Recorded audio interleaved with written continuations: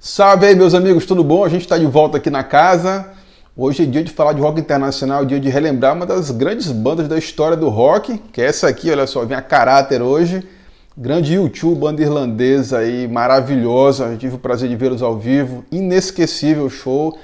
Antes que vocês pensem que eu tô ficando louco, essa camisa aqui tá ao contrário para mostrar a banda, para falar realmente desse disco maravilhoso, que é o The Joshua Tree, de 87, o quinto deles, incrível. E a gente vai falar de muita coisa boa desse álbum aqui hoje, então vamos lá, sem mais delongas, vamos começar a falar de U2. Galera, essa semana o Bono, grande vocalista icônico do U2, completou 60 anos, olha só, o cara já é sessentão. E a gente aqui humildemente vai relembrar The Joshua Tree, o quinto disco do U2, quinto de estúdio do U2, mais vendido aí, com mais de 25 milhões de cópias no mundo todo, realmente um best-seller da banda. E a gente tem que relembrar também um pouco a história do U2, que começou na segunda metade dos anos 70.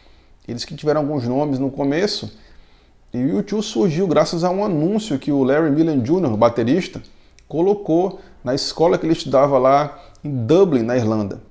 Então 6 candidatos responderam a esse anúncio, e depois de algumas mudanças, o U2 se consolidou como um quarteto, a formação original até hoje, sempre aí com o Larry Mullen Jr., baterista, o Bono nos vocais, o The Edge na guitarra, e o Adam Clayton no baixo. Essa formação de sempre do U2 está aí até hoje, incrível, nunca mudaram, sempre a mesma formação e sempre com sucesso. No caso do disco, pessoal, a gente tem aí 11 canções em aproximadamente 50 minutos, um disco maravilhoso, com o Bono como principal compositor, ele que colocou nas letras e todo aquele sentimento que ele tinha à época sobre os Estados Unidos, um sentimento de amor e ódio. Ele que sempre gostou muito de frequentar lá o país, mas ele não concordava com muita coisa relacionada à política americana. Tanto que ele expressou isso nas letras, falando de política, de religião, de amor, essas questões sociais abrangentes aí, ele colocou tudo em letra, então ficou um trabalho muito bem feito, realmente com uma qualidade imensa, típica do U2. E pessoal, para a gente começar a falar dos grandes clássicos do disco, eu destaco 3 canções aí, todo mundo conhece, todo mundo que é fã do U2 vai realmente lembrar dessas canções. Eu vou falar daquela música que eu mais gosto, para mim, é disparada a melhor música da história do U2, acho simplesmente lindíssima, espetacular. Na minha humilde opinião, essa canção já superou o status de clássico, ela já entrou para outra categoria, eu diria que entrou no status de hino, que é a maravilhosa, lindíssima With or Without You.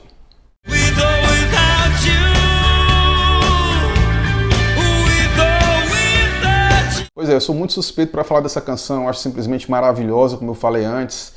Tive o prazer de vê-la ao vivo lá em São Paulo, em 2017, a banda tocando aquilo. Eu não estava nem acreditando que eu estava ali, realmente escutando o U2 tocar With or Without, uma experiência assim, inesquecível. E no caso dessa canção, ela foi a primeira música do U2 a chegar em primeiro lugar nas paradas da Billboard, lá nos Estados Unidos. Então olha só a relevância dessa canção. E no caso aí o Bono, ele fala realmente muita coisa pessoal. Ele estava com muito problema à época de conciliar a vida dele doméstica com a vida com a banda. Então ele estava o tempo todo viajando, ele estava em crise no casamento dele. Então ele expressou isso nessa letra e realmente casou, porque ele deixou bem claro até o clima da música ali meio enigmático, ali meio sombrio no começo, eu acho impressionante. Ele conseguiu deixar de forma bem clara tudo aquilo que ele estava sentindo naquele momento. E certamente vocês que curtem música também como eu, podem pegar qualquer lista de melhores canções da história da música, que essa vai estar lá certamente. Como eu falei antes, é um hino, todo mundo conhece, clássico absoluto do U2. É a segunda canção do U2 mais regravada, que teve mais cover na história. Então, realmente, não tem nem muito o que dizer. Clássico absoluto e é desse trabalho aí. Outra canção maravilhosa do grupo que está aí é Where the Streets Have No Name.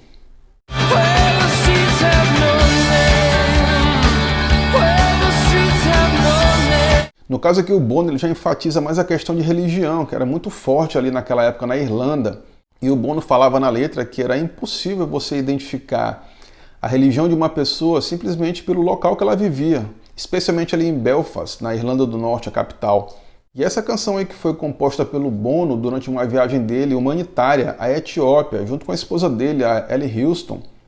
Outro ponto importante também da gente mencionar é o videoclipe dessa canção. Vocês podem ver, ela segue os moldes ali daquele vídeo dos Beatles. Na verdade, ela foi inspirada naquele vídeo dos Beatles de Let It Be, que os Beatles tocam em cima do telhado já para acabar a banda, vocês lembram? Pois é, O vídeo de Where the Streets Have No Name tem muito a ver com isso, foi muito inspirada nisso aí também. Pessoal, esse videoclipe aí foi tão bem feito que o U2 ganhou um Grammy, olha só, de melhor videoclipe do ano em 1989. Simplesmente isso. Então, quer dizer, eles utilizaram muito bem essa estratégia de imitar os Beatles com Let It Be. Realmente foi mais um clássico do disco e realmente vale a pena a gente ouvir sempre. E pra gente terminar aqui os grandes hits aí do disco e da carreira do U2 também por tabela, eu destaco aqui I Still Haven't Found What I'm Looking For.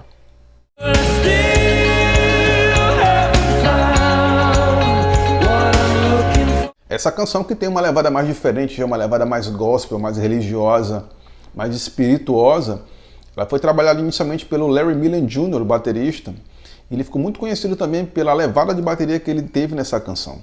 Interessante também a gente falar do videoclipe dessa canção, que ficou muito marcado e também foi muito importante lá para a cidade de Las Vegas, onde ele foi filmado. Segundo as autoridades locais e o pessoal que mexia lá em entretenimento, eles falaram que depois do vídeo, depois da vinculação desse vídeo aí, muitos artistas, muitas bandas foram fazer shows lá em Las Vegas. Quer dizer, eles conseguiram levar para lá muita gente boa e aumentou, sem dúvida nenhuma, aí, a visibilidade do local. E galera, falando um pouco mais sobre The Joshua Tree, essa aqui é a minha cópia, infelizmente não foi assinada aí pelo U2, mas eles estavam naquela época ali muito envolvidos com os Estados Unidos, então eles queriam colocar ali na capa alguma coisa que remetesse às paisagens que eles viam lá nos Estados Unidos. E aí eles tiveram a ideia de colocar um deserto, tanto é que o nome do disco inicialmente seria The Desert Songs, quer dizer, as canções do deserto. Então eles também colocaram lá um fotógrafo, o Anton Corbijn, para procurar paisagens, locações nos Estados Unidos que eles pudessem retratar essa realidade na capa do disco.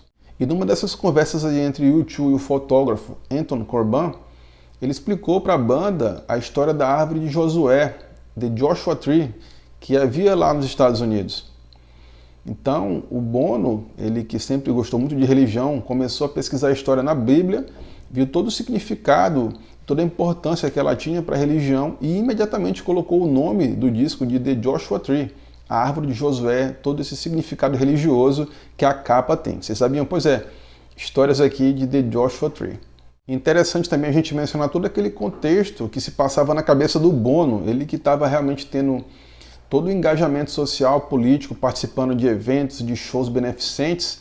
Então ele começou realmente a ter contato com muita realidade ali fora da realidade dele. Fez visitas a Nicarágua, a El Salvador, Etiópia, então ele via aquela realidade difícil das pessoas de lá, tudo aquilo provocado por políticas, até interferências externas, e retratou tudo em letra. E realmente o disco todo ele é muito voltado para isso, a gente vê muita coisa política, as letras muito bem feitas, e o Bono também naquela época começou a trabalhar esse lado musical dele, começou a investir mais em música country, folk, ele que estava muito envolvido ali nos Estados Unidos, atrelada também à música irlandesa, o que resultou nessa sonoridade aí do disco que realmente caiu muito bem e ficou realmente conhecido até hoje.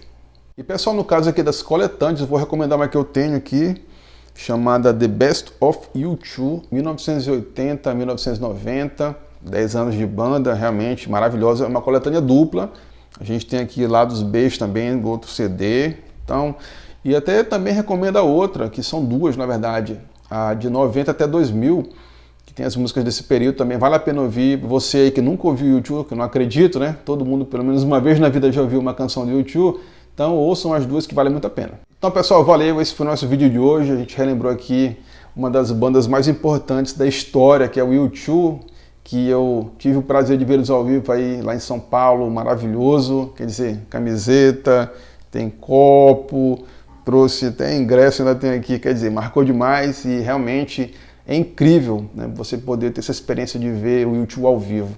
Então espero que vocês tenham gostado do nosso vídeo de hoje, a gente relembrou aqui o U2, mais uma vez agradeço pela audiência de sempre, conto com vocês também lá no YouTube, vocês estão vendo aqui os nossos endereços das nossas outras plataformas, então compartilhem, comentem, divulguem, se inscrevam lá, vai ser legal também pra gente. E a gente volta em breve, meus amigos, com mais um grande clássico aqui no Sabadão, já está pronto o vídeo, vocês vão gostar certamente. E cuide-se, muita saúde para todo mundo aí, cuide-se porque o importante é saúde, beleza pessoal? E a gente aqui ajuda com música. Grande abraço meus amigos, a gente se vê em breve aqui na nossa Casa dos Clássicos, a nossa Casa da Boa Música. Valeu!